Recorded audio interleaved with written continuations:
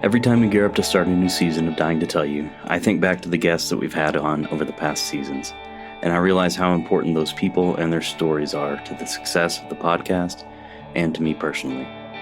So as we're getting ready to begin Season 4, we're going to re-release the first episode of each season. This week is Episode 1 of Season 3, Sue. Sue's episode is special to me because she got in touch with us from about 8,762 miles away in Melbourne, Australia. I also still think about her thoughts on love as the meaning of life at least once a week. We'll be recording a callback episode with Sue later this month to find out how she's been since we recorded this original interview. You can find that episode along with other exclusive content at patreon.com/dyingtotellyu.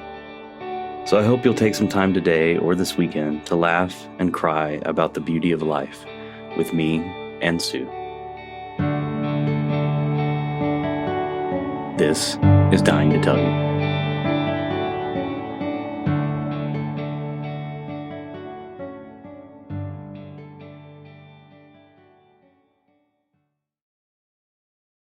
I remember going upstairs to my bedroom, walking through the door. I took a step and who I thought I was just fell away. All the names I've been known by just fell away. I was like, well, we don't know what to do, so we're just out of here. Like, that's how it felt.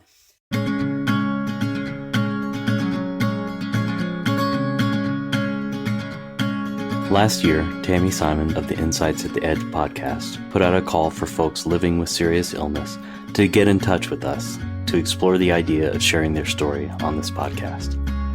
Both Riaz and Lee heard that call and were gracious enough to share their stories with us. This week's guest, Sue, heard that same call. Sue, like Lee, lives in Australia and from halfway around the world was able to join us for what I think is a very impactful episode. We talked for well over 2 hours, so this is a long one, but so insightful, meaningful, and fun. I got tears and chills a couple of times while we talked, and I think this is the perfect way to begin Season 3. This is Dying to Tell You.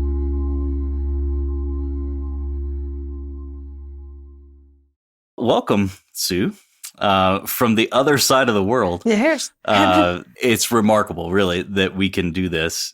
So tell us who you are and where you are, and we'll take it from there. Thank you so much. I totally agree. It's a small miracle or a big one that we're able to have this conversation like this and feel very grateful to be able to connect with you in this way.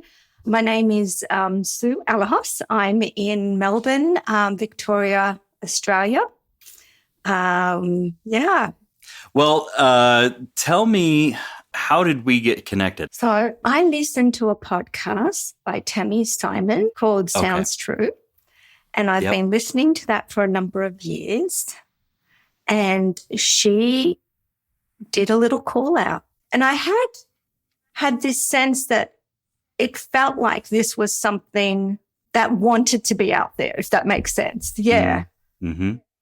Yeah, definitely. I'll reach out, and if it's meant to be, it will be. And here it is. So it was meant to be. So when you emailed your description of what had happened, it piqued my interest for sure. I guess I felt like I was hearing a deep truth about life when you were talking about your experience. And I've over the last couple of years have been I'm a terrible meditator, but I've been trying really hard to meditate, and I've been listening to I listen to Eckhart Tolle and Ram Dass, but I've been listening a lot to Sam Harris, who does a lot of meditation stuff. And what you described as your experience really mirrored kind of those things that those people are talking to me about when I'm trying to learn how to meditate. So I'm really interested. I'm eager to get into your story. So maybe start from the very beginning. What what happened that made you think that something was wrong and made you go to a doctor? Yeah, thank you. Firstly, I want to say at the time this all happened, I couldn't sit still quietly for even 2 minutes. So when you talk about your meditation experience, that just, there was a lot of chatter in my mind that staying quiet, I don't even think it felt like a possibility. I didn't even know what people, I don't even think I understood what people were talking about. Yeah, definitely. At the time that it happened, I was getting upper back pain, and I thought that I had injured myself at the gym because I was getting to late 40s, and I thought we'd heard that if you do some cardio, but also like weights and things, you'll start to get, you won't lose muscle as fast. So we were going to the gym, and then in my normal tradition, going from nothing to very heavy, I went straight to it. Yep. Okay. So I'm like, oh, I've injured myself, like my upper back, and it's not healing. But after a while that it wasn't healing, I went and had a scan. I had a CT scan, and so at the time I was studying, I was studying Masters of Psychology. It would have been my first year, I think, my first year. And so I was writing assignments and things, and the doctor called me and said, come in. So I went in, and he said to me, look, we've found something. I think, there's a mass. There's a mass that's come up on the CT scan. And I said, oh, okay. I said, okay, well, I've got to go back. I've got an assignment to write. And he said, I really want you to hear what I'm saying.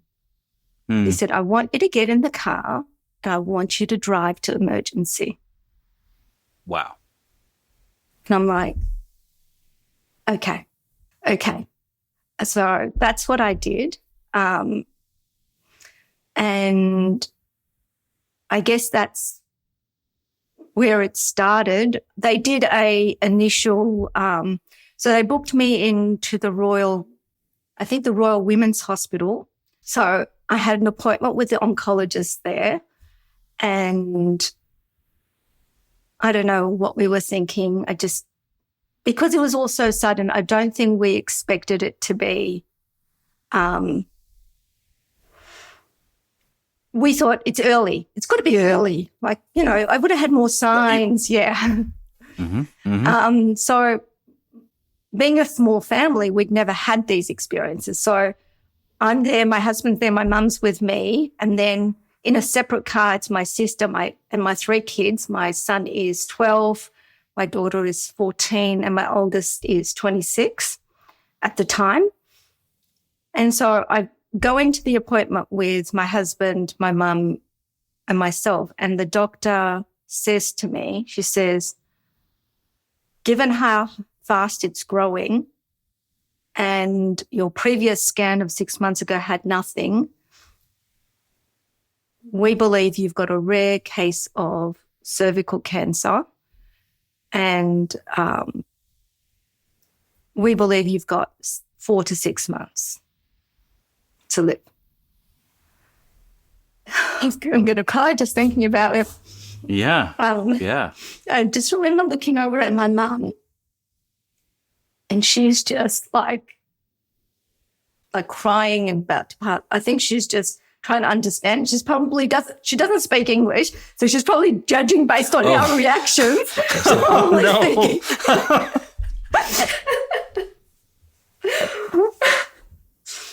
So the doctor told us this. Then she took a biopsy, and then they shuffled me to another room separate from my family with some social workers. And then, from my understanding, then they told my kids, they took all my children in, 12, 14, 26, my sister, and told them the same thing. Separate from you? Separate from me, before I can talk to them, before anyone can prepare for it. So wow. Later they tell me they all are coming home crying in the car. And then we came home. We being you and your husband? Me, my husband, and my mum. And it all just felt surreal at the time. Mm-hmm. And I remember going upstairs to my bedroom, walking through the door. I took a step and who I thought I was just fell away. All the names I've been known by just fell away. There was like, well, we don't know what to do, so we're just out of here. Like, that's how it felt. And that time I just felt like I just floated up, like my consciousness kind of just floated up and just merged with, it felt like clouds. It felt like white light. I kind of envision it like clouds because I don't know how else to kind of conceptualize it. I just kind of went back to the source, is how it felt like, with all the other souls and spirits out there. I felt like connected to everything. And then I looked down like a bird's eye view, and it has to be my imagination, but like a bird, like it felt so real. It felt so real. And then I could see my husband walking my kids. I could see him the way he normally does, just walking our kids in the morning to the train station so they could take the train to school. And I remember thinking, oh, that's what it was about. That's what it was all about. And I thought, I just felt like I've been such a fool. And I thought, I'm not ready. I thought, I'm not ready. I need to be here. I need to be here. I know better now. I know better. I need to be here. And it felt like I was awake. I was awake. And everything I thought, how I was thought I was, who I thought I was just, it was like an illusion. I felt disillusioned, like that's an illusion. And it's this tiny little part of me. And I'm like in some sort of, how would you say, just living out this role, this planned identity. This is what you're doing. This is what you should be doing. These are all the I'd placed on myself. I thought I was. I think people probably let them go years ago. I was still the responsible older sister. I was still the people that people were going to rely upon. And, like I had a big thing about being responsible. Like how people are going to be okay if I'm not there, because we were a little family when it was my mum, my dad, my brother and I for a long time just in Australia. My parents had immigrated, and then my sister came along, and I was the first person to speak English in the family. So they relied on me quite a lot. So then I carried all that with me. And as the family was expanding and everyone was having more children, I just felt like myself spreading out further and further with this sense of responsibility. And it was weighing me down. The weight of that felt quite heavy for me in my life. And I couldn't get it right anyway. I was trying so hard to kind of just do the right thing by everybody. I'd taken on that, and that's how I was living, and that was a pattern I was in. And then I thought, oh, when I die, they're just going to have to be okay. And they will be. That was the dawning on me that they would be okay. And that freed me in that moment. Watch as it breaks down beside us. When we've risked everything for life, outside, always looking in. We'll still hold on to all we could have been. To all we could have been.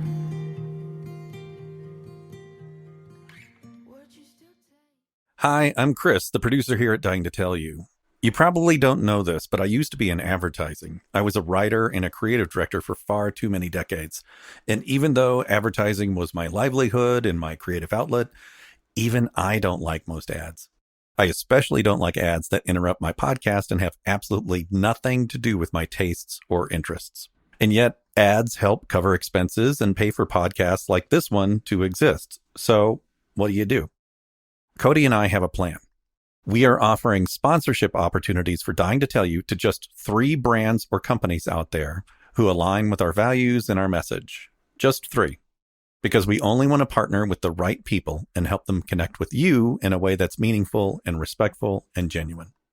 So if you or someone you know represents a company and wants to help us keep Dying to Tell You going by sponsoring the show, go to dttypodcast.com and drop us an email. We can even help you write and produce your ads because, ad guy. Thanks for listening and supporting. Now, back to the show. You said it had to be your imagination, right? Looking down kind of from above and seeing everything had to be your imagination. And I think, of course, right? Of course it would have been your imagination. And why is your imagination any less real than anything else you think or anything else you experience? I think that is just as real as anything else because it's all happening in your mind. So that's so true. I don't know if this is real or not, but there's an account of Joan of Arc saying that God spoke to her, and then the people coming back to her and saying, "That's your imagination." And she says, "Of course it is. Where else would God talk to me?" So I think that, an imagination is just as real and just as valid as anything else that we experience in our lives. So I don't want to discount what you saw and what you experienced there. I think that is just as real as anything else. But what I want to ask is, when you were looking down on your husband and your children, and you had this sense of that's what it was all about, what was that? What was it that it was all about? So as the experience continued for the few days after, because we were waiting for the biopsy results and I was still processing the diagnosis, after that moment, if I walked outside, everything just felt like so beautiful. And even when I was looking down and I was having that vision, when I said that was all what it was about me being just there, walking my kids, just being there with them. And then I could see the vision kept going up slowly, and I could see the oceans, and they were just so stunning. I could see the trees, and they were so green and vibrant, and I just thought, oh my God, we're on heaven. I've been on heaven, and I didn't know. And I thought, I'm not ready. I wouldn't spend one moment being unhappy if I could be there. I would not spend a second breaking anyone's heart, saying anything cruel to anyone. And the sense I had with all the connected souls that I was with was this sense of, I wasn't even unhappy. It was like peace, this profound sense of joy, joy and peace. But what I found when I looked down was a different thing. I found love down there. On earth, I saw love. And I was like, oh, it's the separateness of us. Because my kids are outside of me, that's where the love is born, me feeling connected. I'm going to need a sec. I'm being moved to seeing your reaction because it kind of validates it for me, if that makes sense. I don't think I've ever heard it described quite that way. What I'm hearing you say is that as you were kind of zooming out, you were feeling peace and joy kind of within yourself, but looking down and seeing the separateness of your children and your husband and the other people that you love, that as you zoomed out, you felt kind of a connection with everything. But as you look down and recognize the separateness that we have here is the opportunity for love that maybe isn't experienced in that kind of zoomed out state. Is that? That's how that is how I experienced it. I experienced it. It's really beautiful. I mean, it's just like, it's so beautiful to think of it in that way. I mean, I've seen hundreds of people die, and I've told a lot of people this, but I can't think of a person that I saw die who wasn't peaceful, who wasn't, experiencing some semblance of peace and joy. I think kind of equanimity, but the thought that this here is our opportunity for love is just like, that's a beautiful thought. Oh, I don't think I've ever heard it described quite that way. I'm having a moment of thinking, how lucky am I to have this chance to have this conversation with you? Oh. And to give meaning to my experience in this way. Oh. Yeah, I think it's, I feel very, very lucky and very grateful. Oh, well, I'm really grateful that you're willing to share this. Thank you. Thank you for that. Really. So you had this experience, right? I mean, the story gets even better, I think. So you had this experience, and you said, you're like spending days waiting for a biopsy result, thinking that you said, 4 to 6 months to live, experiencing this, immense peace and joy of knowing that you're connected to everything, and that this role that you had played in life was an illusion of sorts, recognizing that the love that you feel is a unique opportunity here, that is real, and it's stayed for days at least, right? Yeah. Oh my God. I love that. Exactly like that. I feel like you just completely take it from, yes, exactly. It was exactly like that. Yeah. Yeah. Yeah, it did. Yeah. Yeah. Maybe just talk a little bit about how it was for those days as you kind of incorporated that realization into what had to be some semblance of daily life for those days. What was that like? So it wasn't even people that I knew that I felt this love for. I could walk down the street and look at another human being, and it was like, oh, you're here too. You're here with me. Yeah. Oh, having this. We're doing it. We're doing it. We're having this experience. And then I looked at my kids and went, oh, thank you for coming to my life. You chose to come to my life.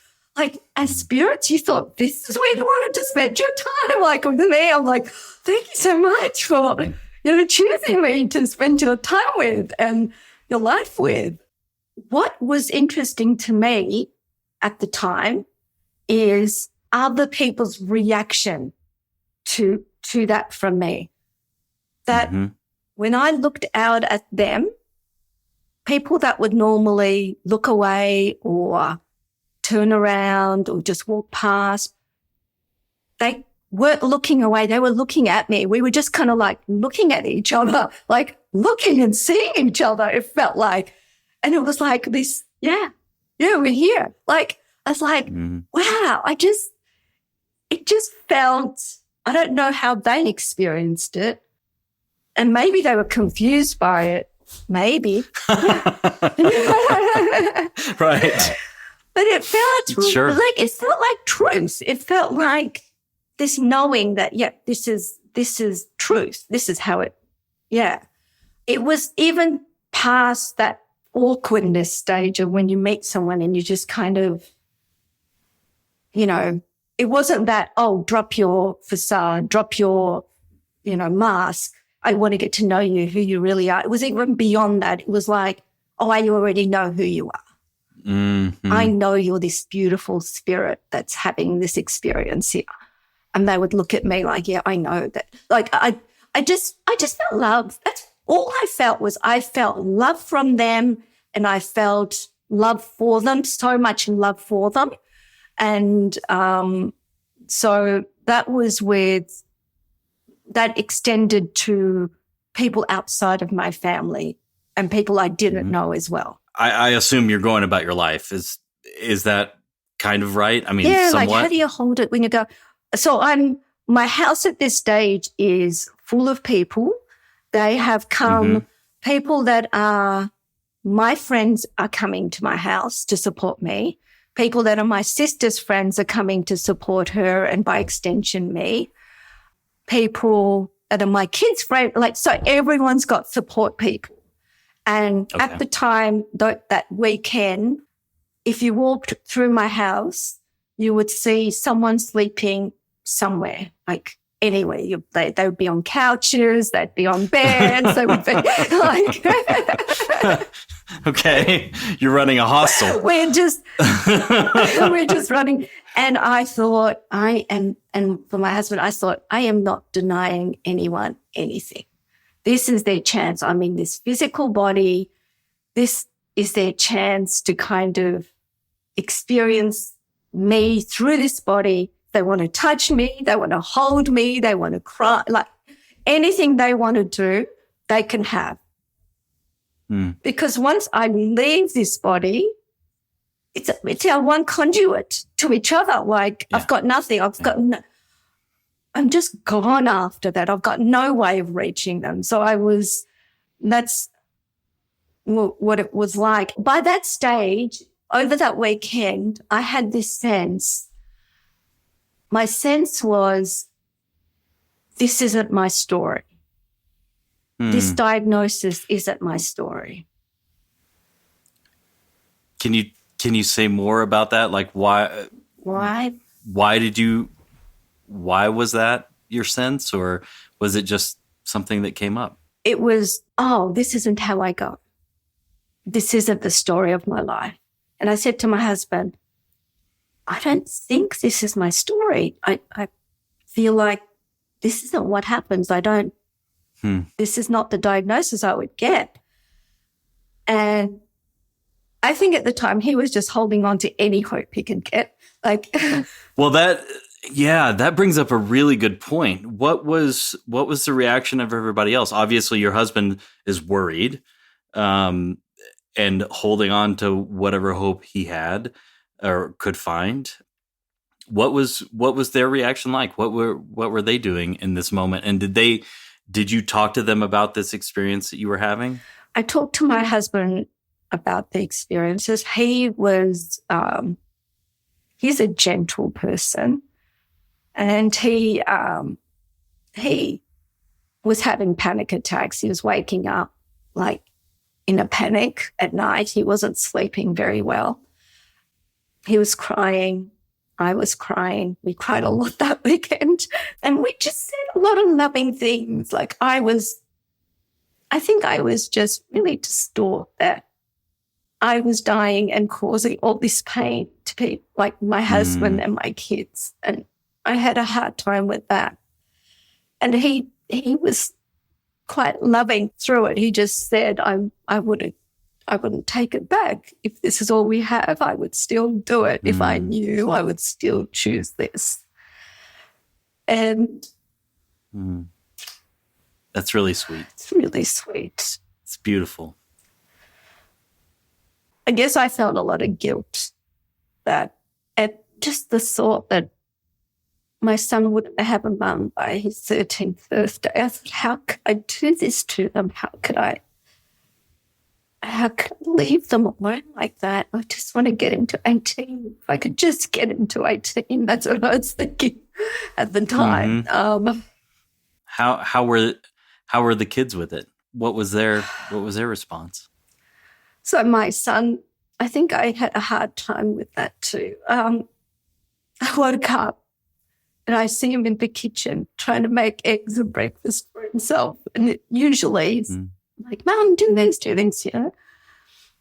I got really upset and angry at him. I'm like, no, don't start acting like you're all on your own already. I'm still here. Like, I just felt like he was trying to act like a grown-up, like I can do it, I can take care of myself, I can make my own breakfast. And I thought, no, I don't want that. I don't want you to be different already. But then I felt guilty about my reaction. I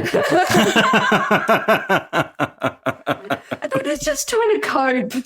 That's right. Yeah. You know? Like, if my mum dies, I got to be able to make my own breakfast. Like, gotta make some eggs. I think my girls were all kind of supporting each other, and my sister and my daughters were like just kind of all talking to each other. I think Emily, the 14-year-old, kind of stepped up and she was like there for her brother. I think they were all kind of, I got admitted to hospital, and we'll talk about that in a minute. But during that time, I heard that the kids were sleeping in the same bed. So there was this, some people might call it like a regression of thoughts. Everyone wanted to just be with other people. So I think Emily and Ethan started sharing a bed again during that time I was in hospital. I think people were stunned. I was the first one in our friendship group and our family to get a serious diagnosis of this type. I think even my friends were affected by it. It just brought up mortality and what can happen. I always felt like being an immigrant and having to be here on our own, that I had to do everything. I had to do everything myself. And I had to do it for other people, and I had to do it for myself. And the kindness of people towards me and my family and the outpouring of support, I just thought, oh my God, people are kind. And it came from places that I hardly knew. People from my friendship group, a mother's group, setting up a group that they could just talk and plan things for our family and me. I think from that experience, I felt like I'm not alone. I was never alone. People would have always been there for me.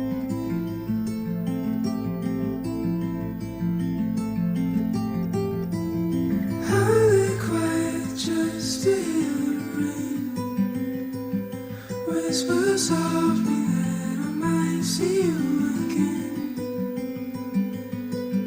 Hold me down and watch the water rise. Pull me out and bring me back into this life.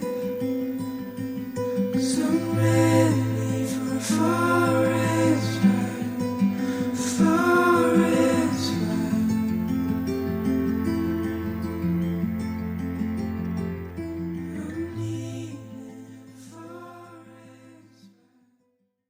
I'm wondering, you're in this liminal space, right? Waiting for the biopsy to come back, and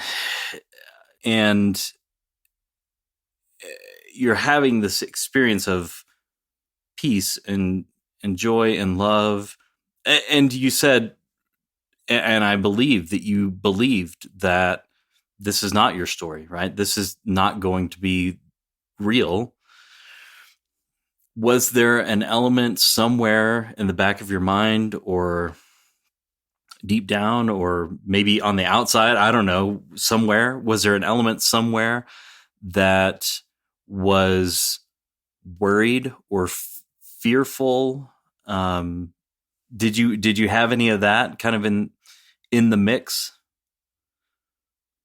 I had sadness. I had tears, like I cried. I wasn't afraid. I did not feel afraid of dying. Mm-hmm. But I felt sad for everyone that had to live with the aftermath of that. Yeah. Which is not surprise. I hear that a lot from people. I'm not afraid of dying. This is going to be fine. What I worry about is my family, my people. I don't want them to be sad. I don't want them to live with this grief. That's a normal response for sure. And the reality is that's how it is. People are going to be sad. people love you and they're going to be sad when you die. That is the reality. But you thought, and I'm guessing kind of like deep within yourself, you believed that this was not real. This was not your story. So maybe talk a little bit then about what happened after, those few days of waiting, and then the results come. So how was that? What happened? So I was coming.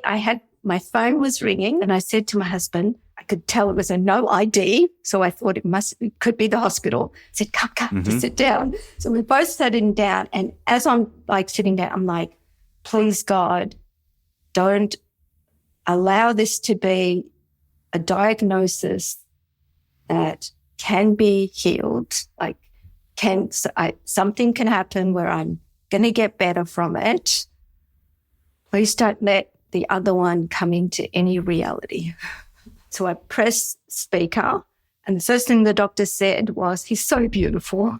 He's like, the first diagnosis was wrong. That's not what's happening. And I'm like, thank you so much. And then he said, what you have is you've got non-Hodgkin's lymphoma. You've got to come in for these other scans. And because they weren't sure about they knew I had a lymphoma. I don't even know if he said non-Hodgkin's. He just said, you've got lymphoma, which is a blood cancer. That stage, they didn't know what type and what stage or anything. Mm-hmm. My husband's like, straight away, he's checking, like, what are the statistics of survival from lymphoma? Survival. Pretty good, right? Yeah, pretty, and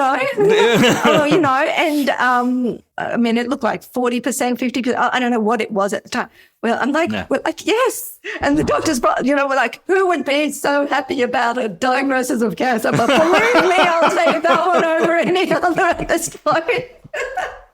Right. Yeah. I kind of picture you kind of like walking above the ground, right? Through this whole situation, like waiting for the diagnosis. Right? And so that diagnosis comes in, the real diagnosis comes in. What is that like? What does that feel like? How was that for you? It is elating because that weekend when my parents had come to visit and Dad was asking me what it was and I was trying to explain it to him, the original diagnosis, and he said, a little bit of hope is better than no hope at all. And I think that call was hope. And he was right. It was good. I felt like empowered again. I can do something about this. There's a chance for us, is what I thought. And I wanted a chance. I was like, please, God, give me a chance. You can't take me after showing me all this. Like, give me a chance to kind of live it this way a little bit. To kind of to live life with the knowledge that you'd gained over those few days of waiting for a diagnosis. Yes. And that few days, it sounds like such a short time when we say it like that.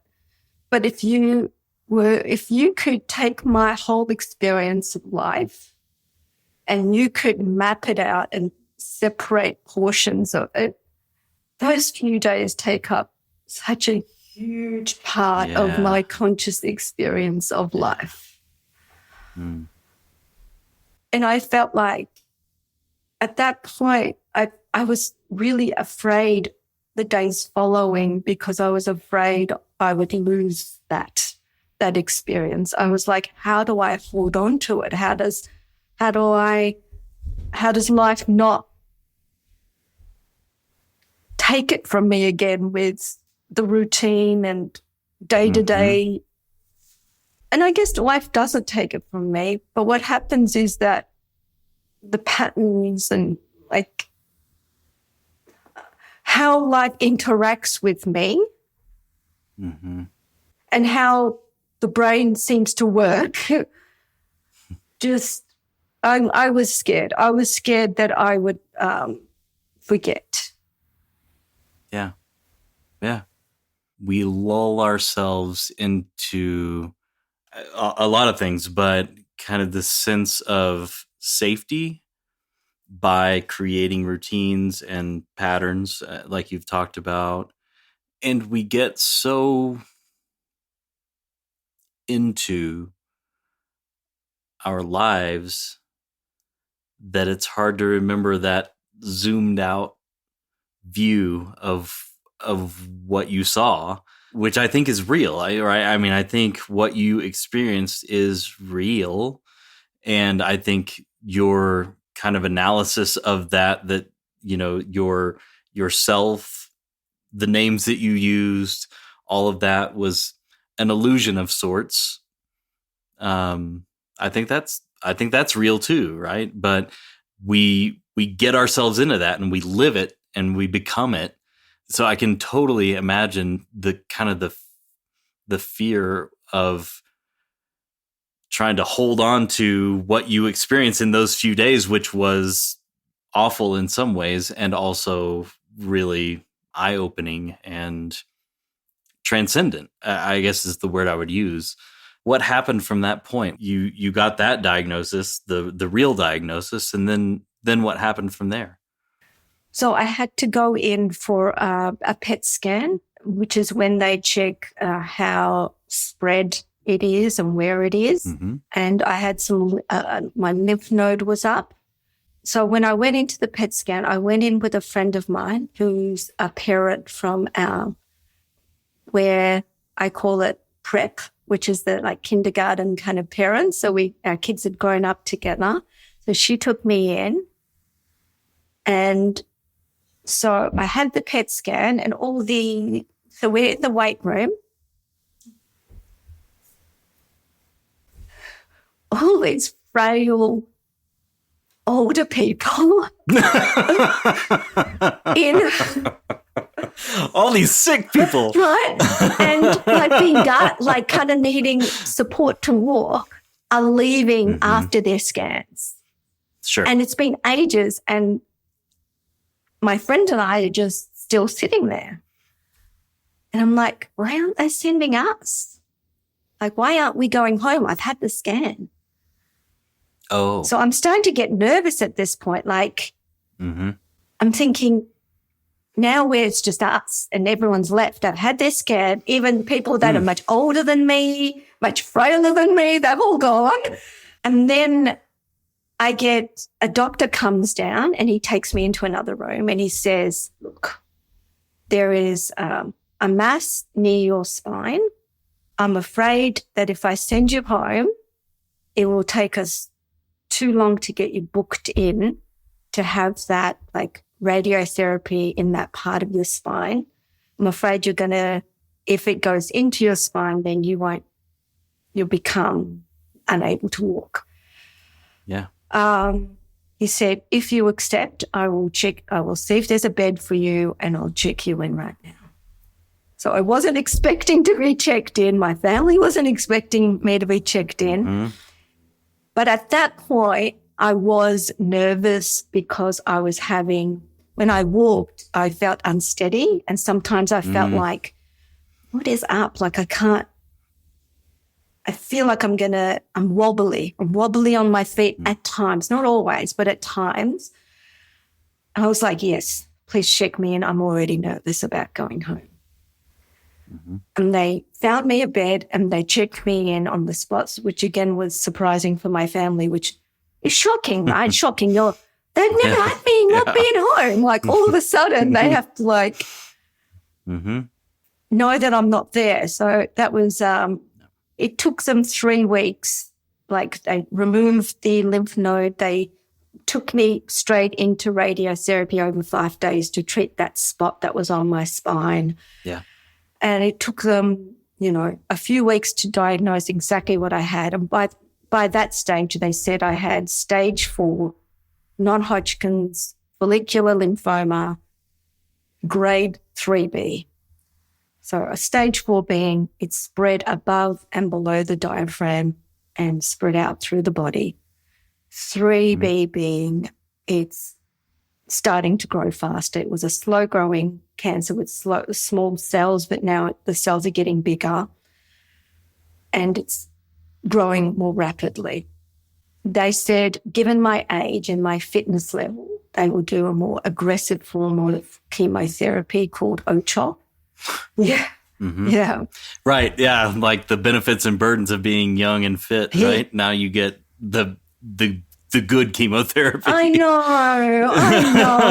The hard chemotherapy. The good, and they wanted to kind of, like they give that sort of stuff to people who've relapsed with lymphoma. So it was just progressed enough and I had enough of a tumor load that they wanted to get it.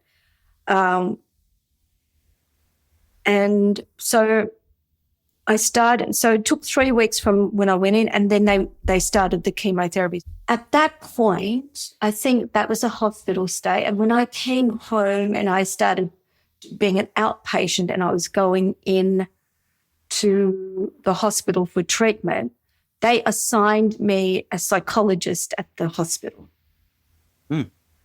Until then, I would have, mind you, I'm studying psychology, but felt like I shouldn't be. I was just thinking that, yeah. But I'm thinking, and I did an undergraduate 4 years of psychology, and I did an honors in psychology, but I still felt like I still was prejudiced against psychologists for myself. Like it was quite, seeing this stuff about yourself is confronting. So funny. Oh, that's so funny.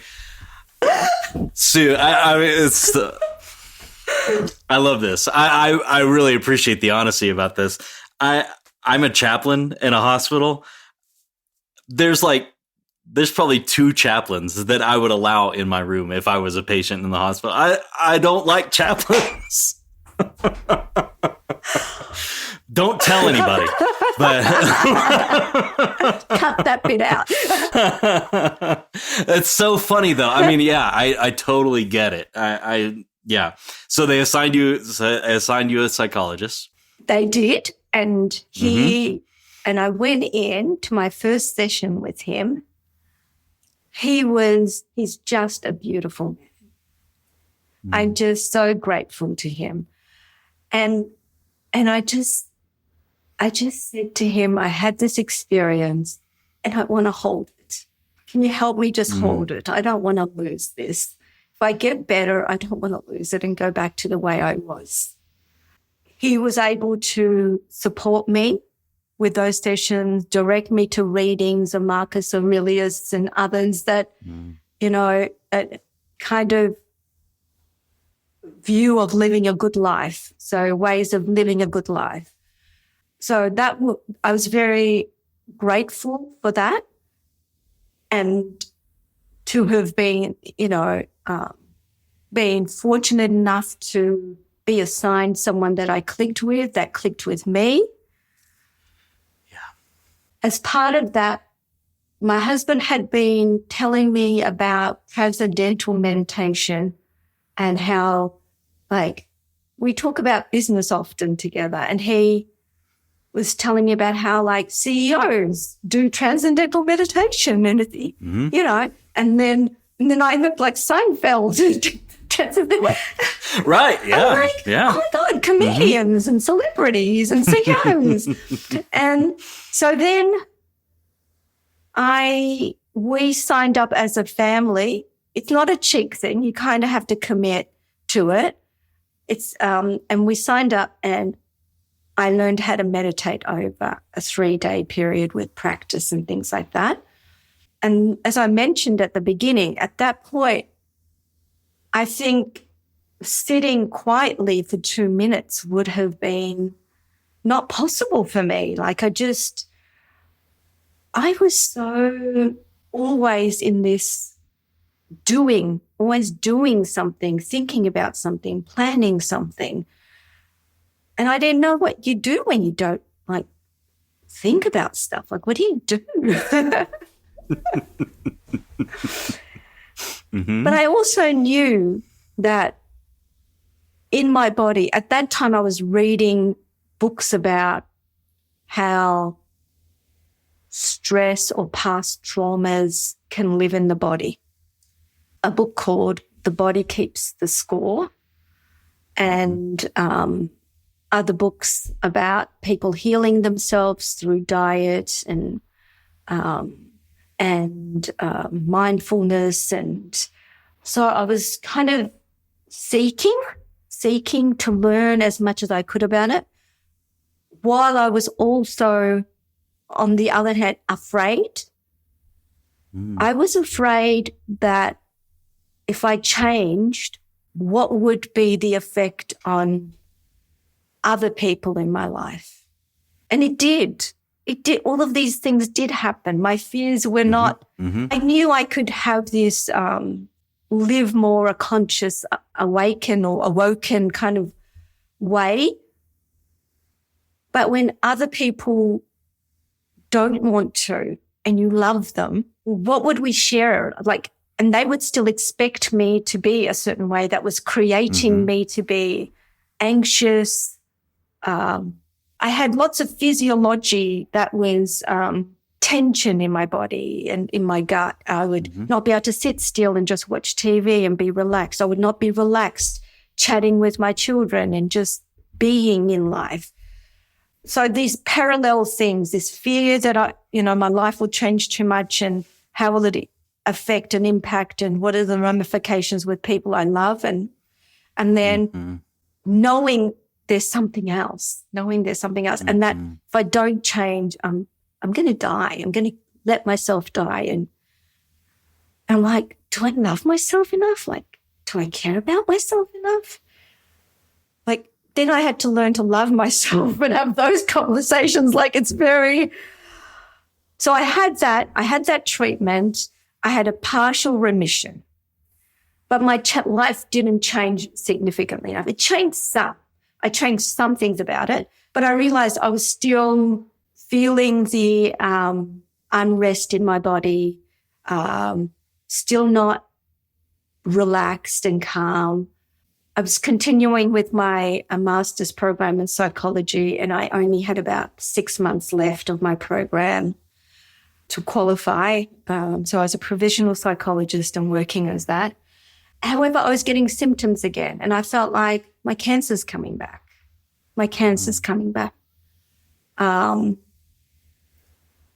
And the doctors were saying, no, the PET scan doesn't show anything. And I said to my husband, no, it's coming back. I can feel it in my body. It's there. And it took them about 6 months to find it, to find the cancer, because I guess it has to be a certain size for it to become visible in the PET scans. And then I got the second, like the relapse diagnosis. But when you relapse with lymphoma, every time it happens, you have less and less what they can do for you, like what the treatments can be. Yeah. At that point, they said, I think you should do a stem cell transplant. But for that, they need a match. So they tested my brother and they tested my sister, and neither of them they were 50% matches, but they weren't 100% match. And at that time, I was thinking, I don't really want to do a stem cell transplant. The reason was there are complications with it. There are things called like there's graft versus host disease that you could get, which is like the graft is the marrow and the stem cells from the donor, and the host being the person that gets the transplant. And then the graft can react against the host, and then so they can be, and I thought, I'm not ready for this type of aggressive. But I think my husband thought I was giving up. Then I was getting pressure from people that love me. Like they want to do something. They want you to agree to something, do something. And I was like, no, I'm not ready for something like this.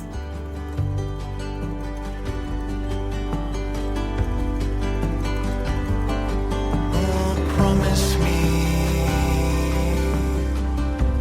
you'll come with me when I go.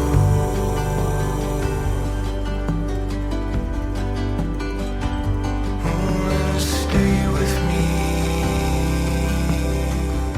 Take my hand, I won't let go.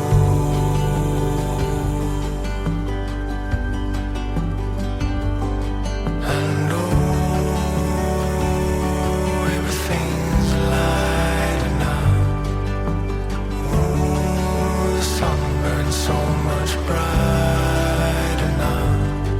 And the warm light glows like fire now. And you know I won't let go. No, wherever you go, I go. Can you tell me why you felt like you weren't ready? What do you mean by ready? That seemed like too strong, invasive, and if I took that path, I would be reducing my lifetime potentially because of the burden on my body. I thought, what else can I do? I want to look at what else is available to me. And at the time, fortunately, my husband was working with another gentleman whose brother in New Zealand had gone through a lymphoma diagnosis. He's had transformed into a fast-growing type. He was one of the first people to do, what do you call it? When they take out your own cells and change them and give them back to you. I've heard of this. So it was David Downs. He was a comedian in New Zealand, and he also worked at Microsoft. You've heard of this. It's I don't know anything about it, but he had been blogging about it in hospital, and someone in the US had picked it up, and he'd gone to the US and did this treatment. And I thought, maybe I'll do something like that, but it costs like $1 million. We would have to sell the house. I'm like, would I really sell the house and leave my family with nothing at the chance that I could have this treatment? So I'm like, is that selfish? Is that really selfish? I'm like, well, isn't it better for my kids to have a mother? I'm just having this internal angst about that. And so that's where I was. And I came across Michael Dickinson, who's a doctor at Peter Max that I was at. And I said, okay, I want a referral to him. He's involved in clinical trials. He'll know what's available in Australia, and he might explain to me what's available to me in my situation. So I did a self-referral through the doctor with his support. And the doctor, because he dismissed me when I originally thought I had my relapse, he thought I was anxious and about getting cancer again. And he thought I was a psychological situation. Because he dismissed me, when I went back and had the relapse and I asked him for the referral, he was so accommodating. He's like, tell me what you want me to write. I'll write it exactly as you're saying. I was like, thank you. We're all right. We're good. And it was just really a group of lucky incidences that Michael Dickinson came back from overseas the day after. He rang me straight away and said, there just happens to be a clinical trial running for your exact situation. It's about an hour and a half away. Will you be willing to go to it? I said, yes, I'm about to be willing to go to overseas. Like, I'll go wherever you want me to go. Right. Yeah, I'm going to sell my house and move to America. You don't know where I'm at. So that's the clinical trial I joined. Clinical trials being what they are, it's just chance. Do you get the old treatment or do you get the new treatment? Right. Yeah. It's just a lottery. I got the old treatment and I was devastated. I thought, oh my God, I'm not going to get better. But the old treatment was still better than what we have in Australia. It was treatment that is accepted in the UK and the US. It just, the funding hasn't occurred in Australia. So it was slightly different from what I'm available to me in Australia, but it wasn't like the modern bispecific, whatever. So I thought, I'm not going to get better. I'm not going to get better. I'm devastated. I really thought this was going to make me better and it's not going to make me better. So I went into it a bit more afraid, I guess is the word, not as, I thought it was all lining up. How could this be? It was all lining up and here I am in this situation. What happened, But I guess, part of that feeling is because the nurses and the doctors are all sad you got the old treatment. Do you know what I mean? Like, so I'm just picking up on their disappointment because the clinical trial runs worldwide. There's 400 people that recruited from anywhere. And so, of course, these kind people want their 3, 4, 5 people in their little hospital and they want them on the new stuff to improve their chances. And I said, well, what's happened with the other 2 people? They're like, well, there's 1 or 2 people that are on the old one, 1 or 2 people.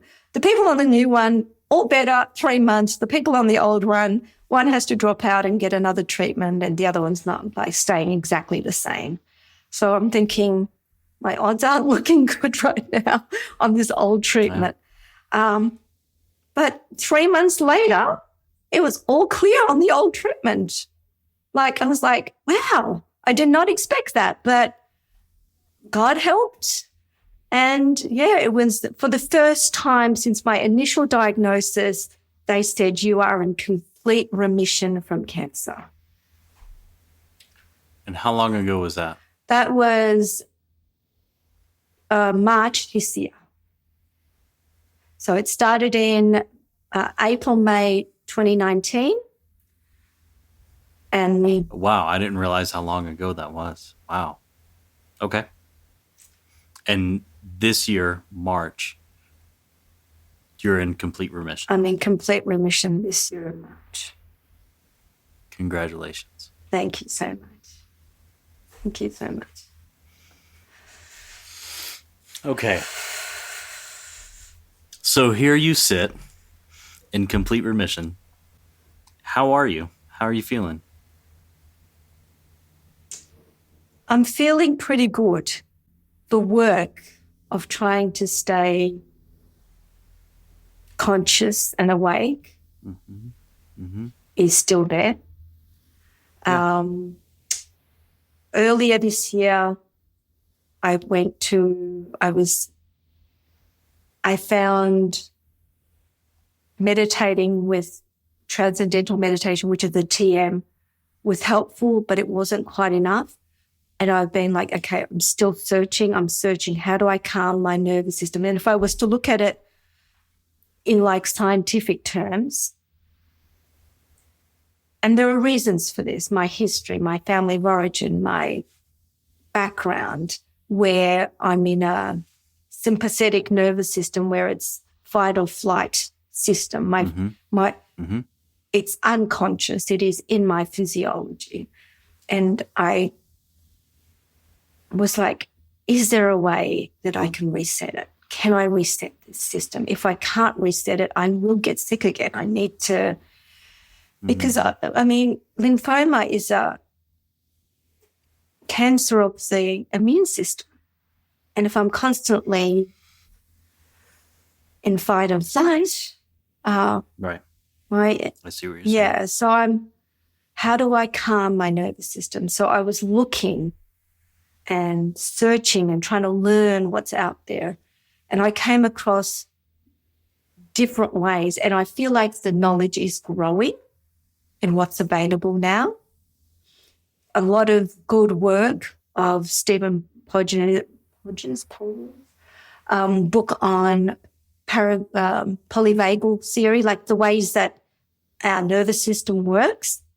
I was listening to Ram Dass, and I was listening to other spiritual leaders, and even like I went out. Like I grew up Muslim, and I went and got a Bible. I thought, there is gold in here. But these things that have been said, these are, like, what was actually said? What was the actual words? Like, I want to hear them with the lens of my experience. Like, so I was looking at, like, ask and you shall receive.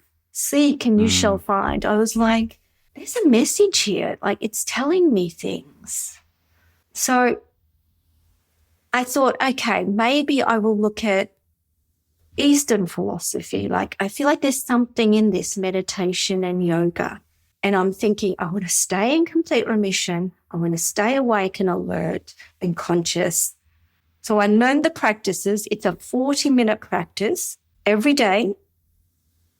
It's about 19 minutes of preparation with what they call Upa Yoga and kind of preparing your body for it, and 21 minutes of the Shambhavi Mahamudra Kriya practice. The practice is a breathing technique, a chanting technique, and another breathing technique. While you're completely present, like you're just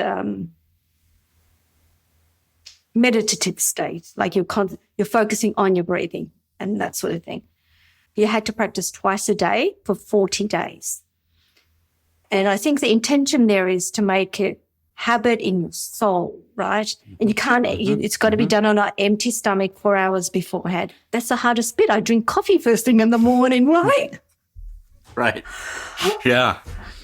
So but I have to say, out of everything I've tried, it has been the most powerful technique to calming my nervous system and giving me distance from that person I think I am, separating me out, than anything I've done. While I'm doing it, I'm able to sometimes observe my own thoughts happening and go, oh, I can't believe I'm thinking that. You know what I mean? Like, I do, yeah. Yeah. And I'm eternally grateful to Sadhguru for making that available to me. It has changed my life and given me a tool to reset myself every day, because I notice the habits and patterns are very strong. And if I don't do it for a day or two, I fall back into them. It's so easy. Even the patterns that I'm most aware of, it's so easy. Perhaps the patterns that I'm most aware of are the easiest to fall back into because they are so ingrained. they're so obvious, but so ingrained in all of this, whatever I came with, Yeah, I get what you're saying. If you walk around unconscious, it's very easy then to get back into those patterns of sue whoever you thought you were, or whoever other people tell you are, or whoever you have been in your life before. It's so easy to fall back into that. Exactly. With you, I can be sad with you. Just take my hand and fly up through the dreams where the skies are so clear. With you, I wanna stay with you. With you, I love the way that you love me today. Let's run up through the fields where the sun shines and heals. I mean, I've gotten a little idea about where you are now spiritually and emotionally.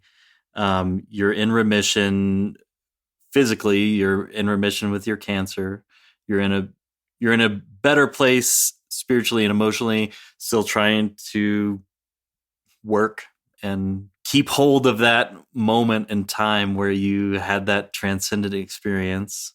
I guess really my question is, how has this whole experience impacted your thoughts on mortality and coming to the end of your life? Because at some point you will.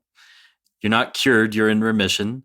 So at some point this might come back and you might get more treatment, you might not. I don't know what will hold, right? We don't know. But I guess, how do you see your mortality, your existence, and coming to the end of your life at this point, after all of this? So the type of cancer that I have, being follicular lymphoma, it normally comes back. It grows back. It's a slow growing, there's no cure. That's the type of cancer that it is. I will likely have other treatments in my lifetime if I'm lucky enough to live and face that. Right. I think that my view on mortality and coming to the end of life, that being implanted in my brain, in my consciousness, I feel like is some of the motivation for working to keep the skills up to remain conscious of myself and not get hijacked by my identity and my role, and just kind of do that, like kind of remind myself every day and look for these strategies and tools that I can use to try and bring myself back. It's a very strange thing to say, and it's probably confronting even for myself to say it to myself. And you hear it often from other people too.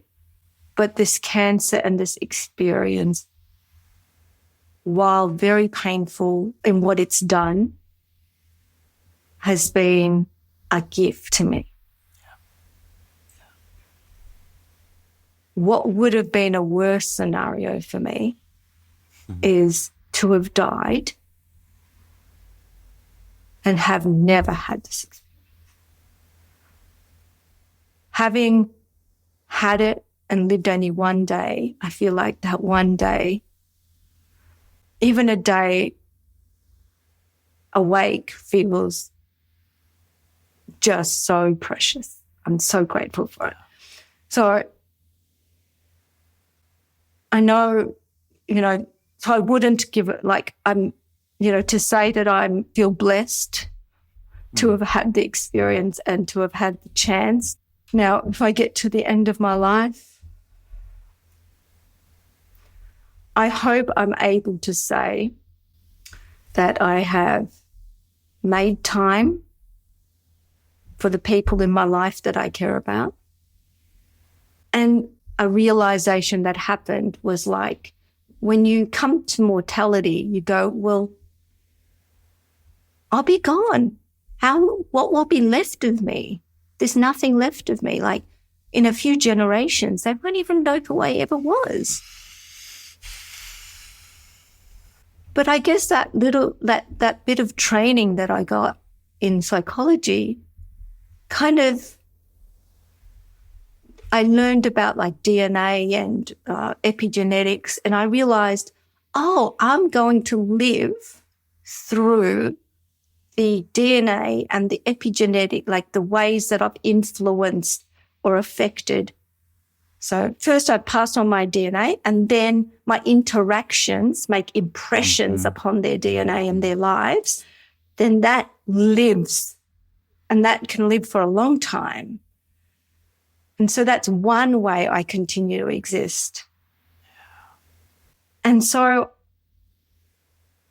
I feel like I'm conscious that I want those impressions to be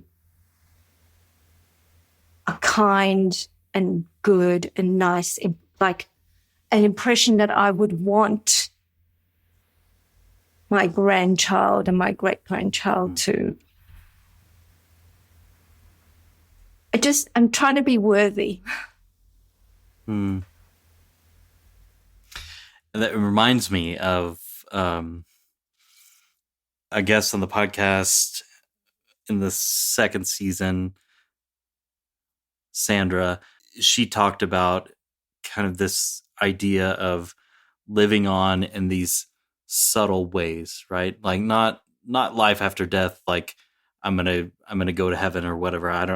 I mean, neither here nor there, but the legacy being I live on in the people that I've touched. She interacted with, people at work and all these other things, just this subtle energy, I think is what she said.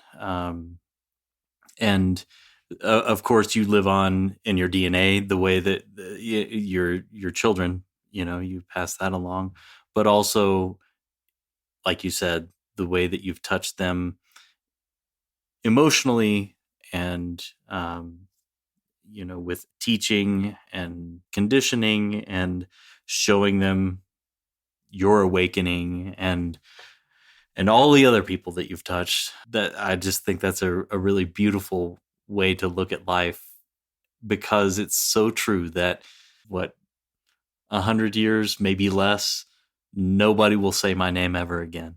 Right. I mean, it's just, that's the way it is.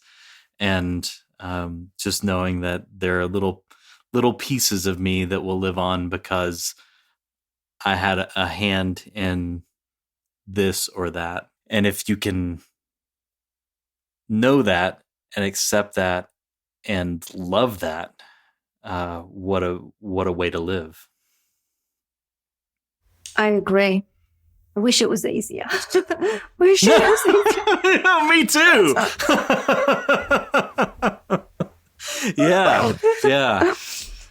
Yeah. Because there is still that. I mean, that just saying it out loud 100 years from now, nobody will ever say my name again. That's hard. I mean, that's hard for me. It's hard for me to say. And I live and deal with death all the time. And I know it's true. And it's still, there's a twinge of sadness and a little bit of panic, honestly, when I say those things out loud. Yeah. I totally agree. There's the two sides to it. There's that side of like feeling like, oh, that's really sad. I don't want that to be the case. I want to be remembered. I want to be like loved. I want to be loved. And then the other side of it is sometimes when I feel like I'm ruminating about something I've said or done, I say to myself, well, a time will come. This is a quote I heard somewhere. A time will come that no one will remember what you said or what you did. I'm like, okay, so maybe that's not so bad. Yep. Don't take it. There's a comedian, Pete Holmes, who he talks a lot about spirituality and stuff, and he'll often say, 100 years from now, all new people.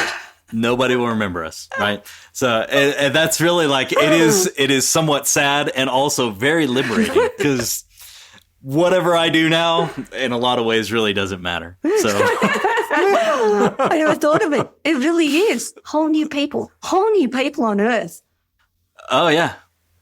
We just turned right over. Yeah. None of us will be around. Wow. That's insane, isn't it? Yeah, it really is. Except this week in the hospital, I had a 103-year-old. So, he would have made it. But the last question we ask everybody, how do you want to be remembered? I changed it recently. I read something and it changed how I want to be remembered. Before, I used to want to be remembered as a strong mother that stood up to injustice and did things and took action. Mm. And I realized that is the wording of someone coming from my background who was trying to make change because they had to. Now, where I am in my life isn't that anymore. And I have got the fortune of wanting to be like I can now.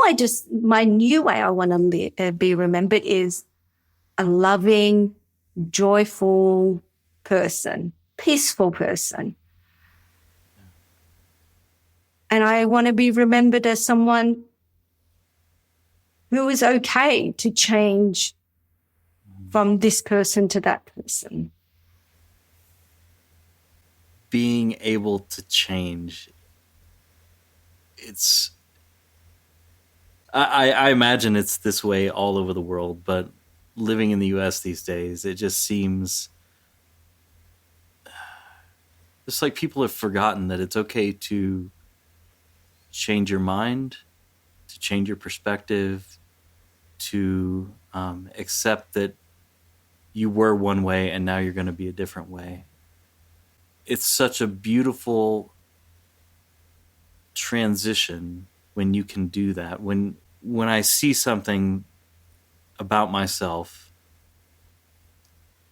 and can accept that it was one way and I want it to be different, that transition can be it is difficult, right? Like you said, there's a lot of ramifications, but the transition can be so beautiful, and I can be more at peace with myself. But this need to like hold on to the story or whatever it is, it's just not helpful. It's not like giving ourselves permission to change, giving each other permission to be different. Like, that's wisdom, isn't it? It is. Yeah. Right. Yeah. It's wisdom. It is. The acceptance. Yeah. The acceptance that I'm going to grow and change, and my views on things, my thoughts on things, my stance on things is going to be different. And that's okay. Right? It's got to be okay. It's hard a lot of times, but it's been forgotten, I think. And I think it's really beautiful. And I'll remember you that way. Oh, thank you. Yeah. I'm sorry it had to come in the form of cancer and a misdiagnosis for a few days, but what a beautiful transition, and what a beautiful gift. I've heard it so many times from people on the podcast and just patients in general, but the gifts that come with trials like this can be so great if you're open to receiving them as that. And I'm so glad that you were. Thank you so much. And my wish and my prayer is that it comes to everyone in much nicer, gentler ways. That's right. Yeah. Hopefully so. Well, thank you, Sue, for chatting with us. Yeah, what a great story. Thank you for sharing it with everybody. Thank you so much. I'm so grateful for the opportunity. Yeah. it's been, I want to use this word so much, poignant. It's been, for me, and touching for me to have this experience. It feels like, I don't know, like almost like, I want to say like closure or acknowledge. Like, I think that's what it feels like. It feels like like validation or acknowledge, like something where you just kind of, like you said before, you feel a bit alienated when you have an experience that you can't quite you try to put some meaning around, and it was kind of something profound and important and it's changed you in all these parts of your life. But then I got to talk about different parts of it with different people. So each person knows a little section of it. But I feel like talking to you about it this way, it's like one coherent kind of, hopefully coherent. Yeah, right. Right. One opportunity to kind of have it heard by someone who's really kind and empathetic towards it and validating. Yeah. Appreciate that. Yeah, you're welcome, and thank you for saying so. Thank you so much. Thank you so much. Thank you so much to Sue for sharing your experience with us. Your perspective on life and purpose has been rolling around in my heart and mind since the day we recorded. In difficult moments, it's helped me to recenter and focus on the love that I have in my life. More on that in my reflection next week. Before we end this episode, I want to remind you or introduce you to our voicemail line. Inspired by the Japanese wind phones, I hope this will be a way for us to normalize and share our experience of grief and loss. It's called By the Way. It's a voicemail box specifically for people to leave messages for their loved ones who have died. In those times when you realize there's something left unsaid, when you miss your loved one, or maybe you wish you can share an inside joke with them, whatever it is, in the moment when you wish you could just pick up the phone and call your loved one who's died, you can pick up the phone and call 720-600-7056 and leave a message for them. We'll play these voicemails at the end of the reflection episodes. Thank you again for joining me and honoring these stories. Please follow us on social media, share these episodes with loved ones, and rate and review us on your preferred podcast platform. All of these things really help us keep this going. Until next week, remember to look for and appreciate the love that's here for all of us. This is Dying to Tell You.